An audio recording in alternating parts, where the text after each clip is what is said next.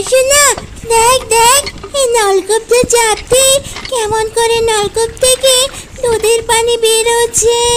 এটা তো মনে হয় দুধের নলকূপ। মা, আমার তো ভীষণ খিদা পেয়েছে, তুমি আমাকে কিছু খেতে দাও না গো মা। হ্যাঁ হ্যাঁ, খেতে দিব তো তোকে খাবার, কিন্তু ঘরে যে খাবারের কোনো জল নেই গো সোনা। যা না কোথাও থেকে একটু খাবারের জল নিয়ে আয়। হ্যাঁ মা, আমি এক্ষুনি যাচ্ছি, তুমি আমাকে কলসিটা দাও। তবে সোনা মা, তুই কিন্তু একা যাস নে রে, সাথে করে মিনাকে নিয়ে যাস। হ্যাঁ হ্যাঁ মা, তুমি কোনো চিন্তা করো না, আমি মিনাকে সাথে নিয়েই যাব।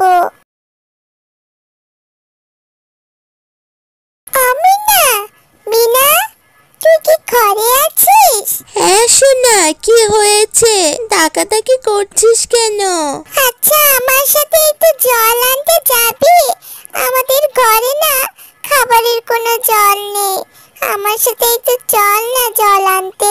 আচ্ছা ঠিক আছে, তোর সাথে গিয়ে আমিও ঘরের জন্য কিছু পানি নিয়ে আসি।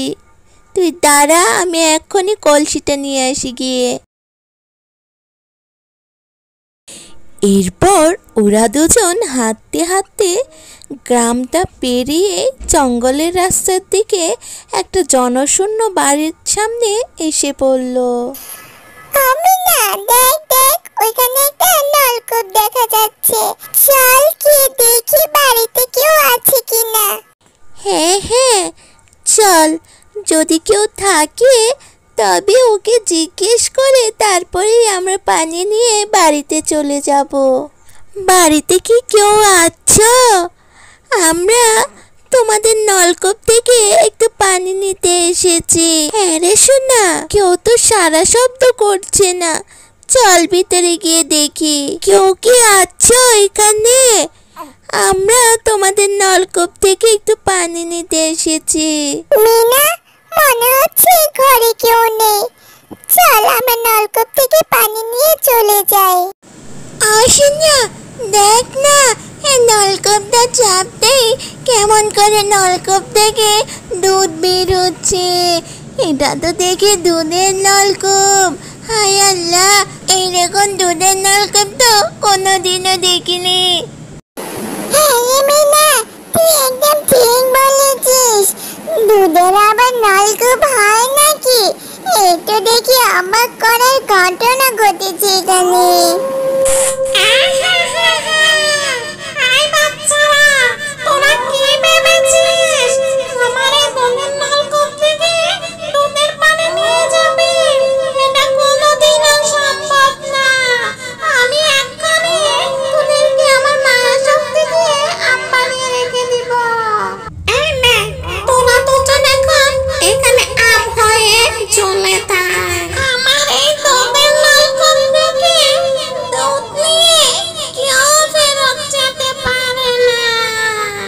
এই মেয়েটাকে নিয়ে আর পারি না, সে কখন ঘর থেকে বেরিয়েছে। বললাম যে তাড়াতাড়ি জল নিয়ে ফিরে আসতে, নিশ্চয়ই মিনাদের ঘরে গিয়ে খেলাই মেটে উঠেছে।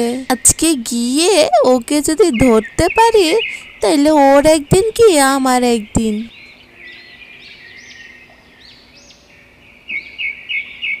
মিনা যে সে কখন ঘর থেকে বেরিয়েছে, জল আনবে বলে এখনো তো ঘরে ফিরলো না। ও নিশ্চয়ই সোনার সাথে খেলা করছে সোনাদের বাড়িতে। যাই, মেয়েটাকে গিয়ে তাড়াতাড়ি ডেকে নিয়ে আসি ঘরে। এরপর মিনার মা আর সোনার মা ওদের মেয়েকে খুঁজতে দুজন বেরিয়ে পড়ল। এরপর জঙ্গলের রাস্তা দিয়ে হাঁটতে হাঁটতে দুজনের দেখা হয়ে গেল।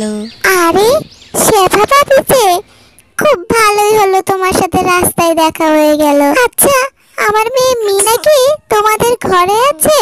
না গো মিনতি ভাবি, আমাদের ঘরে তো মিনা নেই, আর আমি তো সোনাকে খুঁজতে তোমাদের বাড়ির দিকে যাচ্ছি। কি বলো কেশাবা ভাবি, তোমার মেয়ে সোনাও ঘরে নেই? তার মানে ওরা দুজন নিশ্চয়ই জঙ্গলে খেলা করতে গেছে।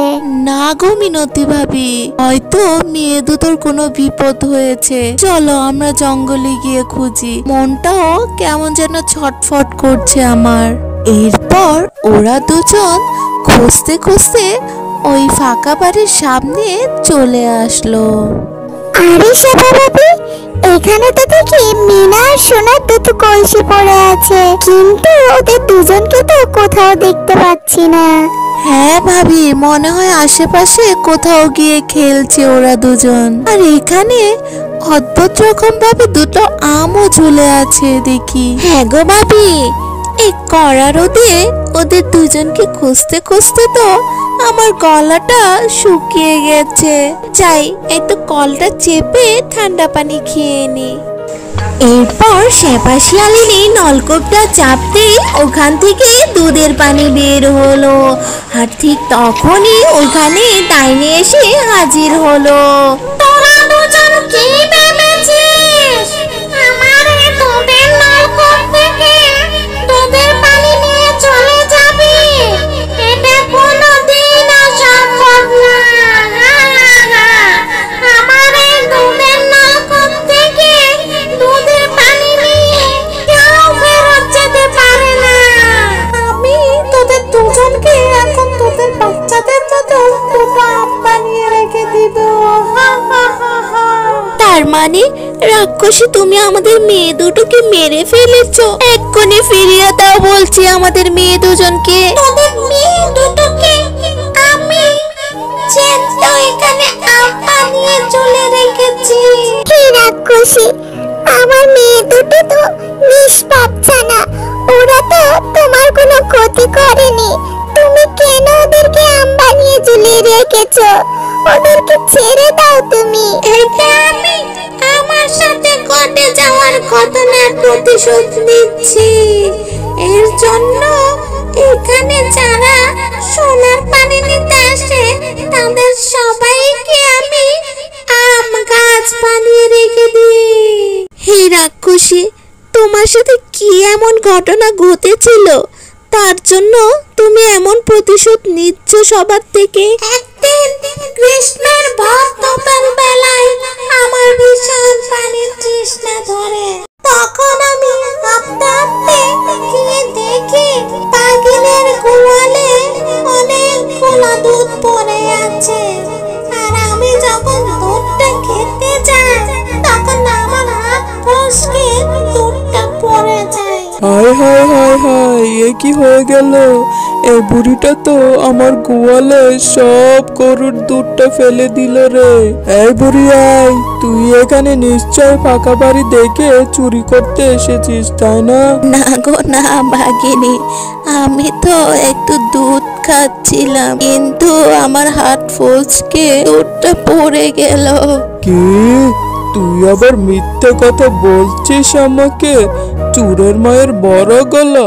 এরপর বাঘিনী আমাকে অনেক পিটিয়ে এখানে মেরে ফেললো।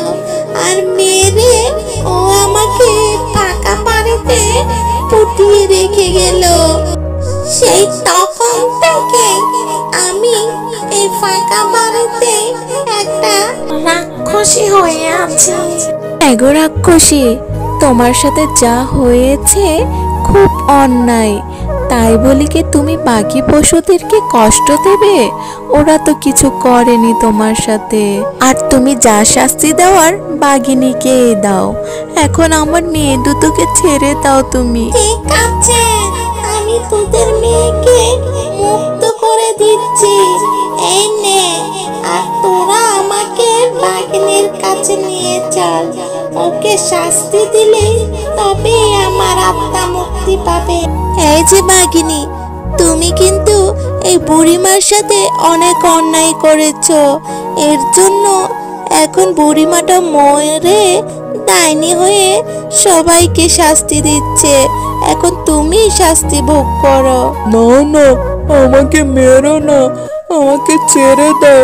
আমাকে ক্ষমা করে দাও। তোর কোনো ক্ষমা নাই রে ডাকিনি, তোর কোনো ক্ষমা নাই। এই নে তুই এখন শাস্তি ভোগ। ও বাবা গো, মরে গেলাম গো, আমাকে ক্ষমা করো গো, আমাকে ক্ষমা করো।